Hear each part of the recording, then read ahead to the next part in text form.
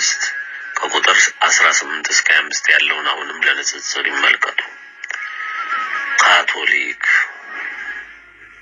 ካቶሊክ ዛሬ ምን ታደርጋለች? ካቶሊክ ብዙ አጥፊዎችን የፈለፈለች ናት። በመልእክቱ ቁጥር 1 እና በመልእክቱ ቁጥር 2 እንደተመለከተው በሀገሯ በመቀመጫዋ ከሮም ተነስቶ በመላው ዓለም የተበተነን የኃጢአት ስራ እያጸደቀች የምታሰማራ ናት። በእውቀት በመታበይ የጥፋት ታሪኳን እንደ በጎ ስራ በመዘከር ገንዘብ በመሰብሰብ ሶዶማውያንን በውስጧ በማበልጸግ በቤቷን በማጋባት ነፍሰ ገዳዮችን በመመረቅ የዓለም ቁጥር 1 ወንጀለኞችን ባቢሎንን፣ አሜሪካንን፣ አውሮፓን በጥፋታቸው የምታበረታታ ናት። ካቶሊክ ከምንም በላይ የከፋ የእውነት እንቅፋት ናት። ወደ እውነት የሚመጡትን የዋሃንን በመጥለፍ የምታጠምድ ተኩላ ናት። በጌታ ፊት 1500 ዓመታት በላይ በጥፋት ጎዳና ጸንታ የቆመች ዛሬም በዛው ያለች በዚሁ ልትዘልቅ የወሰነችም ናት። ፍርዷ 431 ዓመተ ምህረት ጀምሮ ከ1500 ዓመታት ላላነሰ ጊዜ ሲታይ ኖሯል። ጌታ ስራዋን ሲመዝን አካሄዷን ሲለካ በትዕግስት ጽዋ ሞልቶ እስከሚፈስ ታገሳት። የእውነት ሰዎችን ቢመጡላትም ስታሳድድ፣ ስታስር፣ ስትገል ኖረች። ሁሉንም በወንጌል ስም በልዑል ቅዱስ ስም ሽፋንነት ስትፈጽም ጌታ አየ። በእጇ የሞላውን ንጹሕ የደም መጠን ለካ። አፏን አጣፍታ ስንቶችን እንዳጠፋች አየ። ሳታፍር ጌታ በከፈለው ዋጋ ላይ አላገጠች። የእምነት ካባ ያጠለቁ፣ በእውቀት የታበዩ፣ በእውቀትና መልካም ነን የሚሉ አምላካቸው እውቀት የሆነ የብዙ ለምድ ለባሽ ተኩላዎች አዘመተች። ይህንንም አየ። የድንግልን ክብር ቀንሳ በአርያም የከበረውን ከድንግል የተዋሃደውን ስጋ ለማራከስ ጣረች።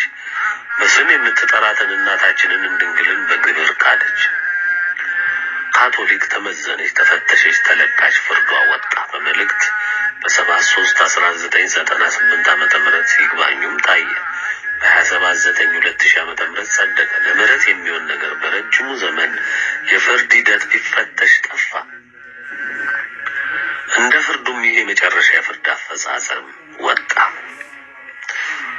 ካቶሊክ አድምጭ፣ ካቶሊካውያንም አድምጡ። እንደ ድርጅት፣ እንደ መሪ ተመሪ፣ እንደ ግለሰብ፣ እንደ አገልጋይ ተገልጋይ በማናቸው ከፍታም ሆነ ዝቅታም በስውርም በግልጽም ያላችሁ በሙሉ በከፋ እሳት ትበጠራላችሁ። እያንዳንዱ ቤታችሁ፣ መጠለያችሁ፣ መታመኛችሁ ሁሉ ይጠረቃል። ጉዳታችሁ እስከ ዛሬ ተሰምቶ የማይታወቅ ሞትን የሚያስመኝ ይሆናል። ምልክታችሁ ይጠፋል፣ ትፈልጎም አይገኝ። በእናንተ ላይ የሚደርሰው ቅጣት ለሚያየው እጅግ ይዘገንናል። ዛሬ የምታዩት የገንዘብ፣ የኢኮኖሚ፣ የኢንዱስትሪ ቀውስ፣ የሥራ ማጣት፣ የኢኮኖሚ መጨማደድ ሁሉ ጅምር እንጂ መቼ ወደ ዋናው ቅጣት ተገባና ከእንግዲህ ወደ ቁልቁለቱ፣ ወደ ጨለማው፣ ወደ አዘቅት ጉዞ ሀ ብሎ ተጀምሯል። እስከ መጨረሻው ይቀጥላል። በመልእክት 1 በመልእክት 2 እንደተመለከተው የመተንፈሻ ጊዜ አይሰጥም። ጥፋታችሁ በአይነቱ ልዩ ነው።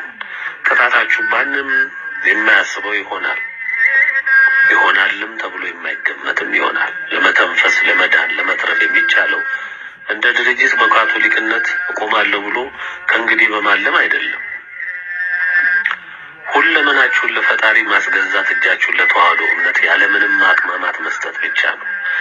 እንደ መሪም እንደ ግለሰብም ሁሉም ስቃው ሲበረታበት መዳኛው አንድ ቀዳዳ ብቻ ነው። በኢትዮጵያ ለምትነግሰው ዛሬ ካሉት ተኩላዎች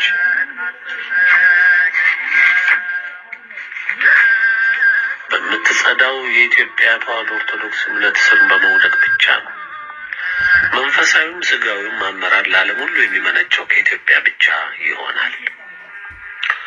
ዛሬ በሀገራችን በኢትዮጵያ ያለው መንፈሳዊም ስጋዊም መሪዎች በሙሉ በእግዚአብሔር ፍርድ የታዩ ሲሆን ተመዝነው ተለክተው እጅግ የቀለሉ በመሆናቸው እግዚአብሔር የወሰነላቸውን ቅጣት ይቀበላሉ። ከእናንተም በየትኛውም የአገልግሎት ስፍራ ይኑር፣ ጳጳስም ይሁን ሊቀ ጳጳስ፣ ቄስም ይሁን ዲያቆን፣ ሁሉም ይፈተሻል። ምዕመኑም ይፈተሻል፣ ይበጠራል። ከዚህ የሚያመልጠው እድለኛ ነው።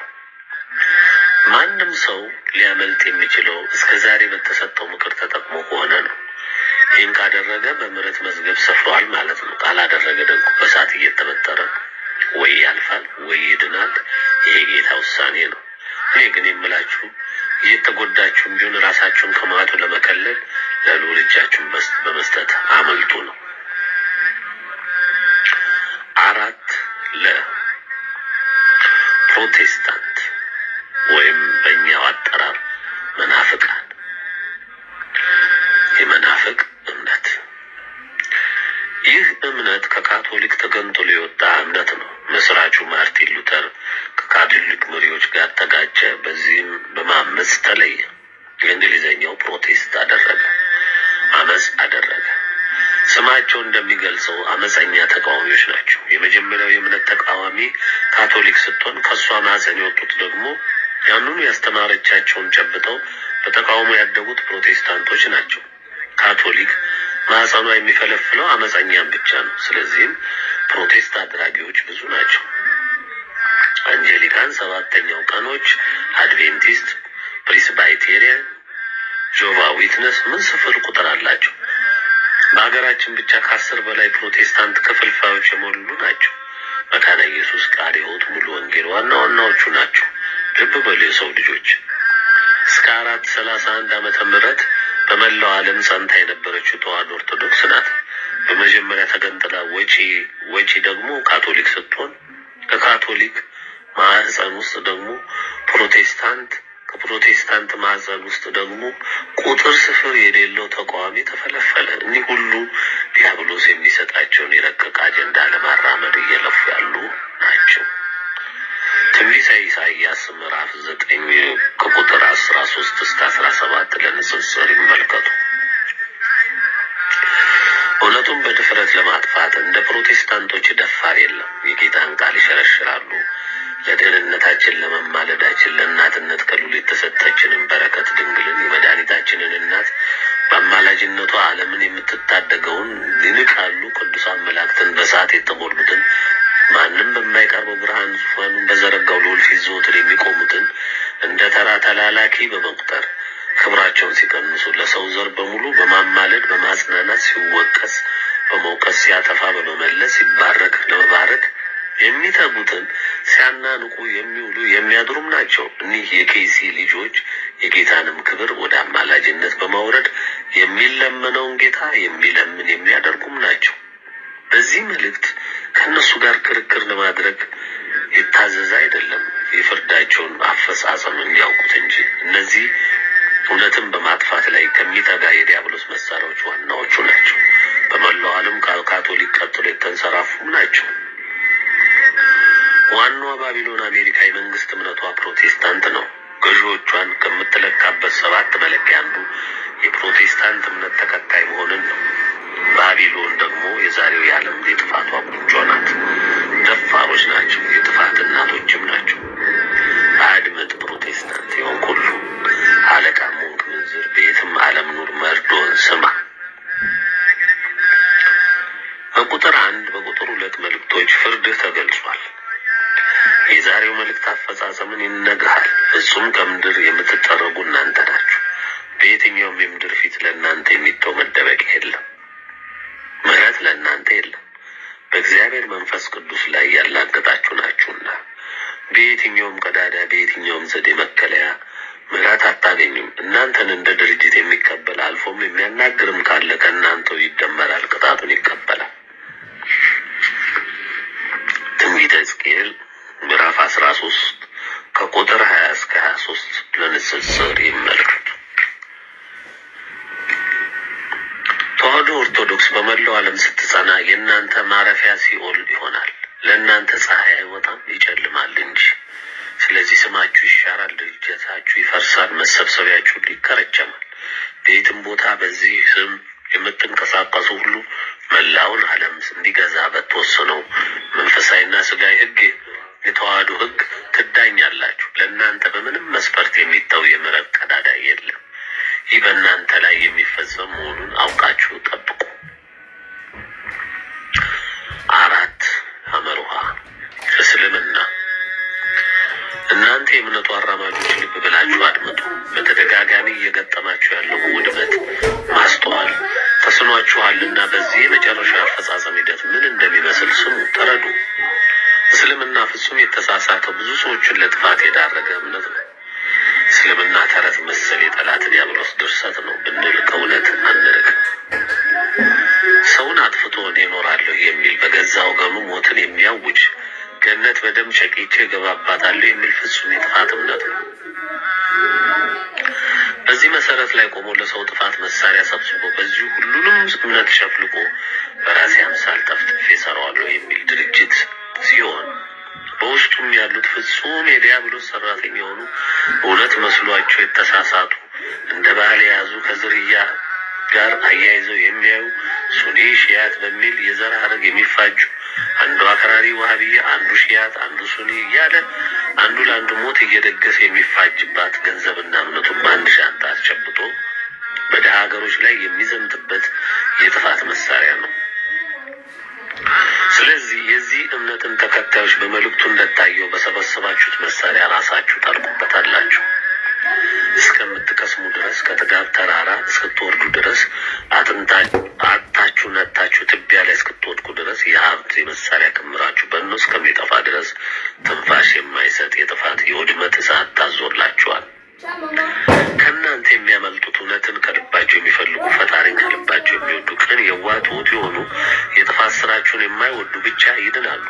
ወደ እውነተኛ የብርሃን መንገድ ተዋህዶ ኦርቶዶክስ ቤተክርስቲያን ይሰበሰባሉ። ትንቢተ ሕዝቅኤል ምዕራፍ 22 ከ1 እስከ 5 ለምስስር ይመልከቱ። ይህ ዕድል የሚገጥማቸው በመጪው በሚያበጥረው ሰዓት አልፈው የሚድኑት ብቻ ናቸው።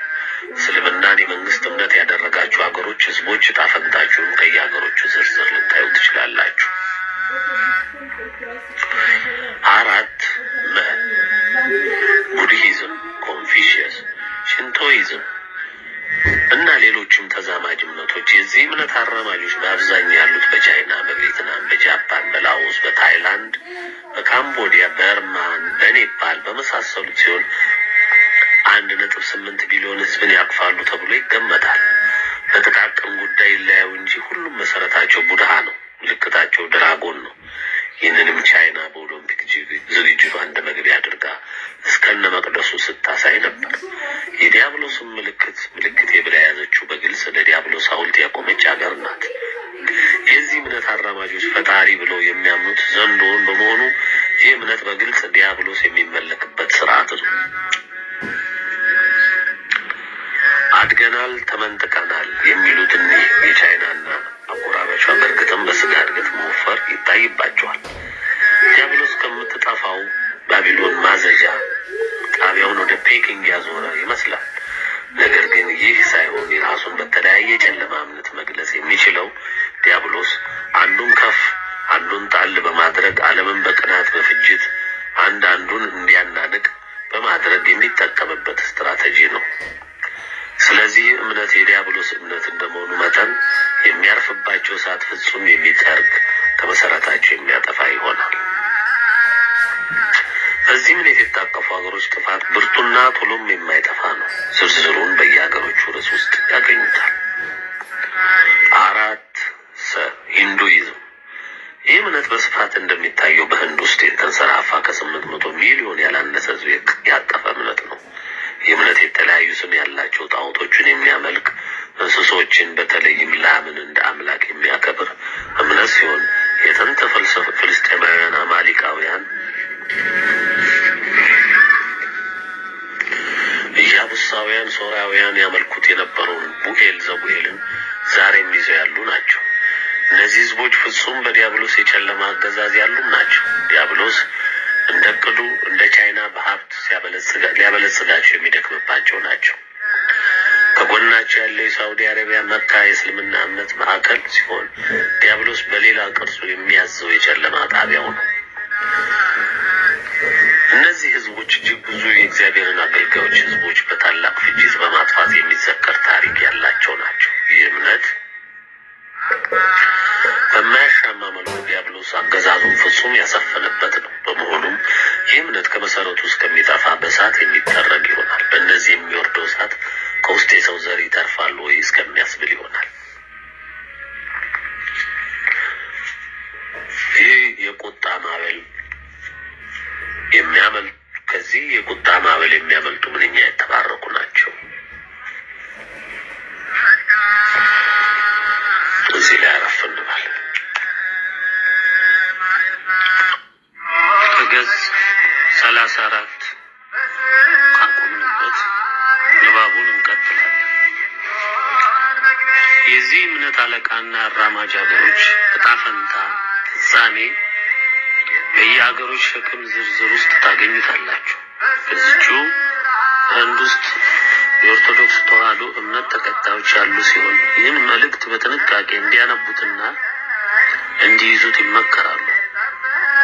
4 ኦሪየንታል ኦርቶዶክስ በሩቅ ምስራቅ፣ በሩሲያ፣ በቡልጋሪያ፣ በሩማኒያ፣ ኢስቶኒያ፣ ላትቪያ፣ ዩክሬን፣ ጆርጂያ፣ አርሜኒያ፣ ኢስቶኒያ እና ሌሎችም በብዛት ጎልቶ የሚታይባቸው እምነት ነው። ፍጹም ተዋህዶ ኦርቶዶክስን የጨበጡ አይደሉምና በተለያየ የካቶሊክ፣ አንጀሊካን፣ ፕሮቴስታንት እምነት መሰረታቸው የተቦረቦረ በመሆኑ ውደታቸውን አርመው ከመምሰል ወደ መሆን እንዲመለሱ በጌታ መላሽ ቅጣት የሚጠብቃቸው ናቸው። በዓለም ላይ ያሉ የብዙ እምነት መሰል ተቋሞች ያሉ ሲሆን እነዚህም እንዲሁ በልዑል የፍርድ ሚዛን ተፈትሸው የታዩ ሲሆን ቅጣታቸውን የሚቀበሉበት ሁኔታም ተዘጋጅቶላቸዋል። ማንም ከልዑል ፍርድ ሾልኮ የሚያመልጥ ሰው ወይም ዘር የለም። የዮሐንስ ራእይ ምዕራፍ 3 ከቁጥር 1 እስከ 6 ያለውን ለንጽጽር ይመልከቱት። 4 ተዋህዶ ኦርቶዶክስ እምነትና ቤተክርስቲያን የልዑልን ቃል ጠብቃ የምትጓዝ እምነት ከሕገ ልቦና ከኦሪት ሕግ ዛሬም በአዲስ ኪዳን ሁሉንም በአግባቡ ጠብቃ ሳትቀንስ ሳታጎል በታላቅ የፈተና እሳት ያለፈች እምነት ተዋህዶ ኦርቶዶክስ የመጀመሪያይቱ ጌታ ያጸናት፣ ሐዋርያቶች የተሰውላት፣ ነቢያቶች የተፈጁላት፣ በዲያብሎስ የሺዎች ዘመናት ፈተናና የከበደ መከራ የጸናች የገሃነም ደጆች ያልቻሏት የተዋህዶ ኦርቶዶክስ እምነት እውነተኞቹ በእሳት ተፈትነው ነጥረው እየሞቱ እያለቁ ለልጆቻቸው ያሻገሯት የእምነት አንበሶች ምሽግ ተዋህዶ ኦርቶዶክስ ድንግልን በእናትነቷ በአማላጅነቷ ፍጹም በሆነው ፍቅሯ እየጠበቀች እየተባረከችበት የዘለቀችበት የእምነት ተዋህዶ ኦርቶዶክስ ቤተክርስቲያን እምነት የአምላኳን የሥላሴዎችን ምስጢር ጠንቅቃ ያወቀች ዋጋ የከፈልላትን ጌታ በአንድ ባህሪ ሶስትነቱ ፍጹም የሆነ በሶስትነቱ በማይለያይ በልዕልናው የልዑላን ልዑል በቅድስና የቅዱሳን ቅዱስ በንጽህና የንጹሐን ንጹሕ በግርማው ግሩማንን የሚያስፈራ በግዛቱ የገዢዎች ገዢ በሐሳቡ የጥበበኞች ጥበበኛ ስለ እርሱ ከዚህ እስከዚህ የማይባል የእግሩ መረገጫ በዚህ ራሱ በዚህ ነው የማይባል መድረሻው እስከዚህ ነው የማይባል በሁሉ ቦታ ምሉዕ ሆኖ ታምራትን የሚያደርግ በሰው ሕሊና የማይዳሰስ የማይገመት መሆኑን የምታምን ጸንታም የቆመች ተዋህዶ ኦርቶዶክስ በመላው ዓለም ያሉትን የተዋህዶ ልጆች በጽናት ይቆሙ ዘንድ አርያ ሆና ለሁሉም ከጌታ የተሰጣትን ብርሃን እያበራች እየተፈጨች እየተቆላች እየነደደች በሰዓት ማዕበል ያለፈች የኢትዮጵያ ተዋህዶ ኦርቶዶክስ እምነት ዛሬ ልዑል ድካሟን አየ፣ በፍቅሩ ፍጹም ወደዳት። የልዑል ታማኞችን የከበሩ መላእክትን ገብርኤልን፣ ሚካኤልን፣ ሩፋኤልን፣ ፋኑኤልን፣ ኡራኤልን፣ ራጉኤልን፣ ሳጉኤልን ሁሉ ታመንባቸው፣ ወደደቻቸው። በአማላጅነታቸው ተደግፋባቸው፣ በፍቅራቸው ተወዳ፣ በበረከታቸው ተሞልታ፣ በጥበቃቸው ጸንታ የቆመች የኢትዮጵያ ኦርቶዶክስ ተዋህዶ ቤተክርስቲያን ታሰበች፣ ተወደደች።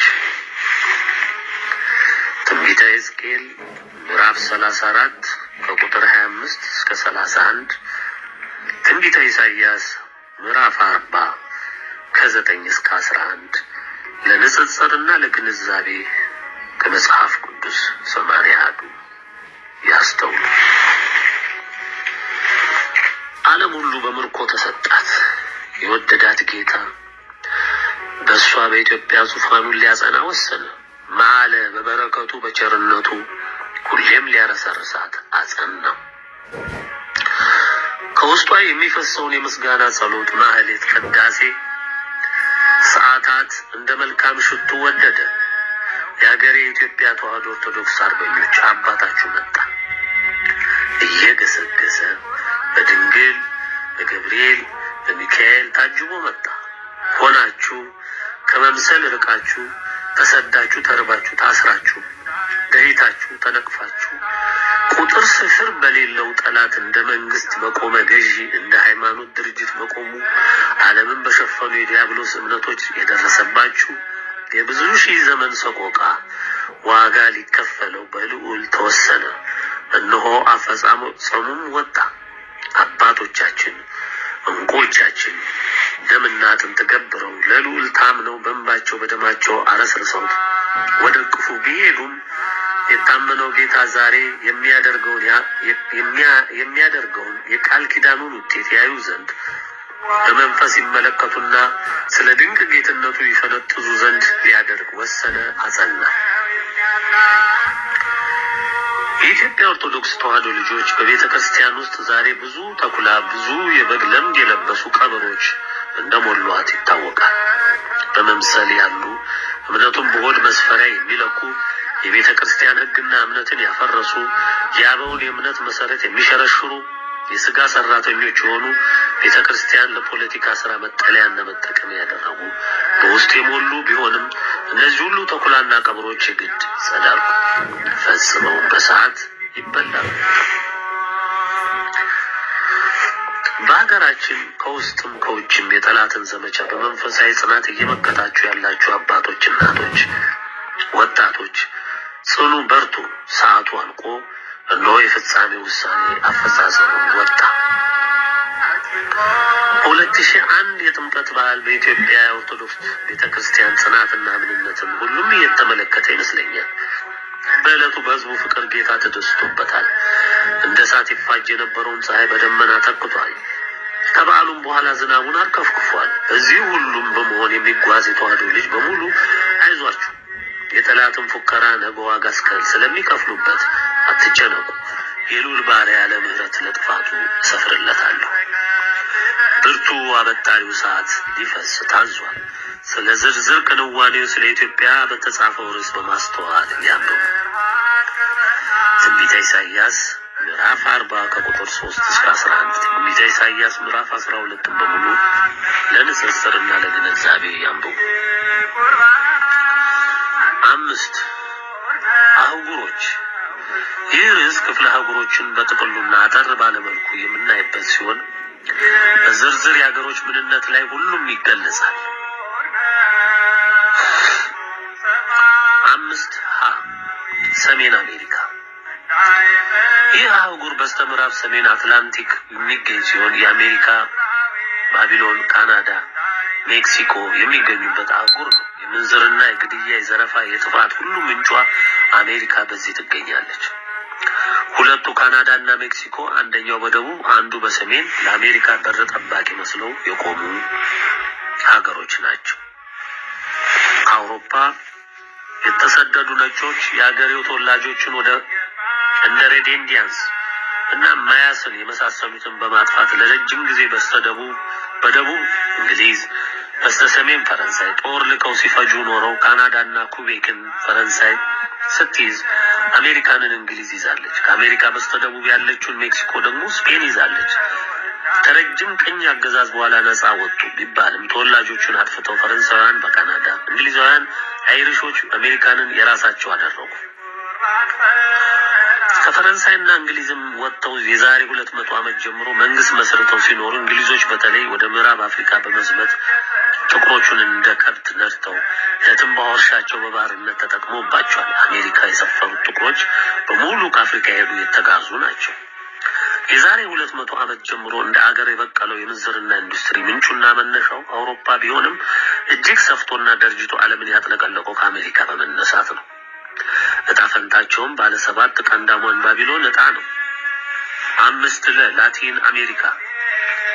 በዚህ አህጉር እንደ ብራዚል፣ አርጀንቲና፣ ቬንዙዌላ፣ ቺሊ፣ ኮሎምቢያ፣ ኤኳዶር፣ ቦሊቪያ፣ ጓቲማላ፣ ኮስታሪካ፣ ኒካራጓ፣ ኩባ፣ ፓራጓይ፣ ኡሩጓይ፣ ጉያና፣ ኤልሳልቫዶር፣ ሆንዱራስ፣ ቤሌዝ፣ ጃማይካ፣ ሃይቲ፣ ባሃማስ፣ ሱማትራ፣ ፍሬንች ጉያና፣ ትሪኒዳድ እና ቶቤጎ የሚገኙ ሲሆን እነዚህ በስፔን እና ፖርቹጋል ቅኝ ስር የነበሩ አገሮች ሲሆኑ ቋንቋቸው ስፓኒሽ ነው።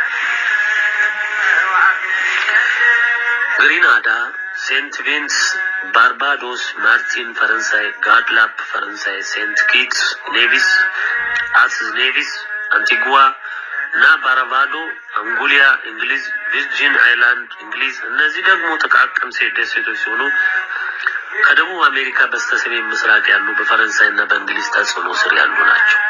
እነዚህ ሀገሮች በአብዛኛው ስነ ልቦናቸው ተመሳሳይ ነው። በተፈጥሮ ሀብት የበለጸጉ ዝናባማ ናቸው።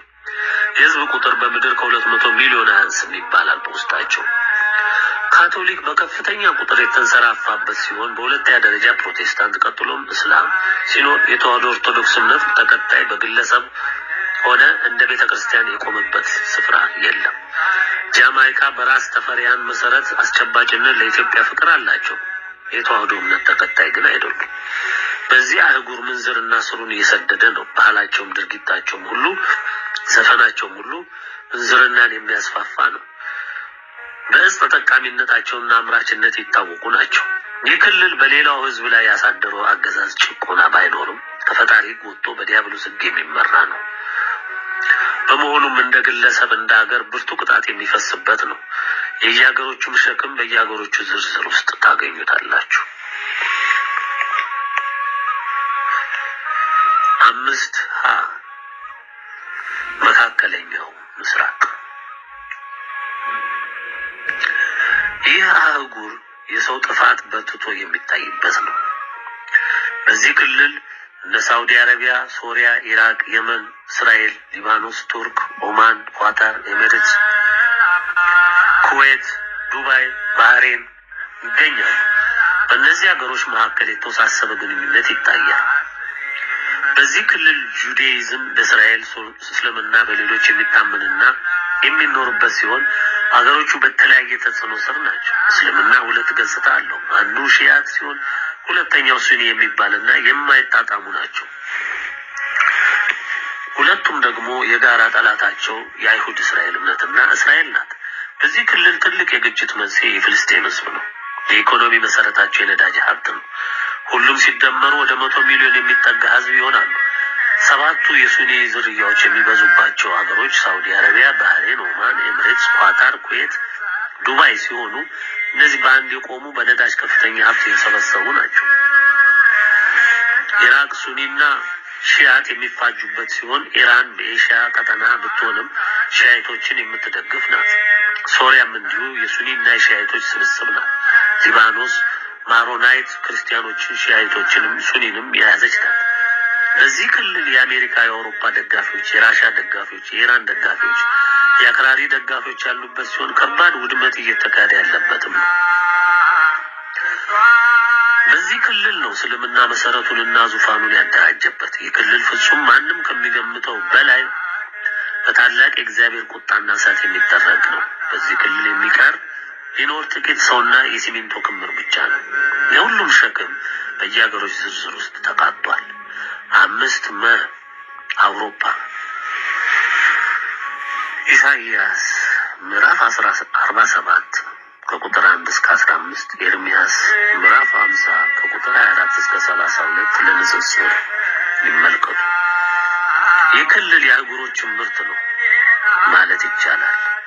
በዚህ ክልል የታቀፉ ሀገሮች እንግሊዝ፣ ፈረንሳይ፣ ስፔን፣ ፖርቱጋል፣ ጀርመን፣ ጣሊያን፣ ዴንማርክ፣ ግሪክ፣ አልባኒያ፣ አውስትሪያ፣ ፖላንድ፣ ሃንጋሪ፣ ሩማኒያ፣ ዩጎዝላቪያ፣ ቼክ፣ ክሮኤሽያ፣ ቡልጋሪያ፣ ሆላንድ፣ ኢስቶኒያ፣ ላትቪያ፣ ሊቱዌኒያ፣ ቤላሩስ ወዘተ ናቸው። አውሮፓ በተለይም እንግሊዝ፣ ፈረንሳይ፣ ስፔን፣ ፖርቱጋል፣ ቤልጅየም፣ ጀርመን፣ ጣሊያን እነዚህ ለአውሮፓ ምንነት በጋራ የሚጥሩ ናቸው። አውሮፓ የክህደት፣ የፍልስፍና፣ የሳይንስ ግኝቶች የተፈጠረበትም ነው።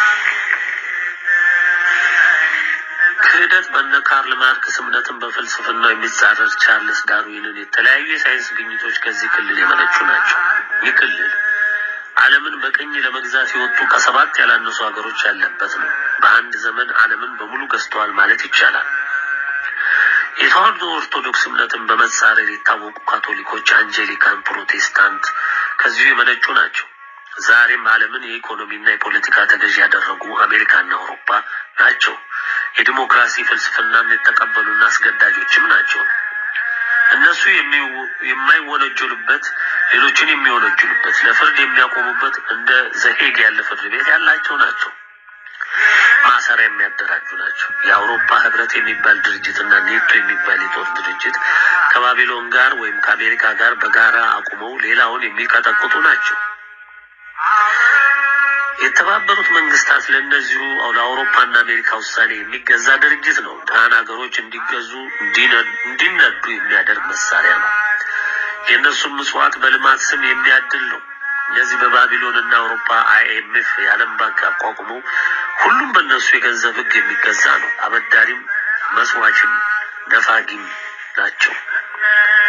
የምዝርና ኢንዱስትሪ የክህደት ጣቢያ፣ የትዕቢት መመንጫ፣ የፍልስፍና እምብርት፣ በሳይንስና እውቀት የሚመኩም ናቸው። በዚህ በአውሮፓ ነው የጥንቆላው የኮከብ ቆጠራው መሰረት ያለው። የአውሮፓ ልጆች ናቸው በአሜሪካም የሰፈሩት። በጥቅሉ እነዚህ ከ400 ሚሊዮን የማያንሱ ህዝቦች ከነመሪዎቻቸው ከነድርጅታቸው በታላቅ እሳት መጥረጊያ የሚጠረጉ ናቸው።